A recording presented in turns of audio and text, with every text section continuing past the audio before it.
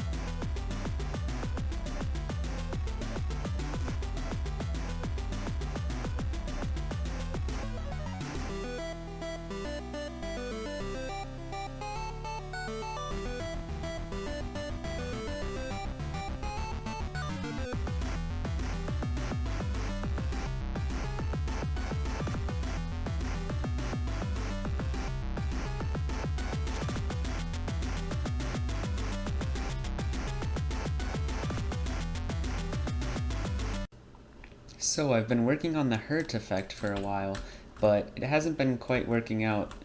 As you can see, there's some weird effects that sort of happen, and also, yeah, I lose control of the player, and once my character actually dies, since I have 5 health, yeah, things get really messy.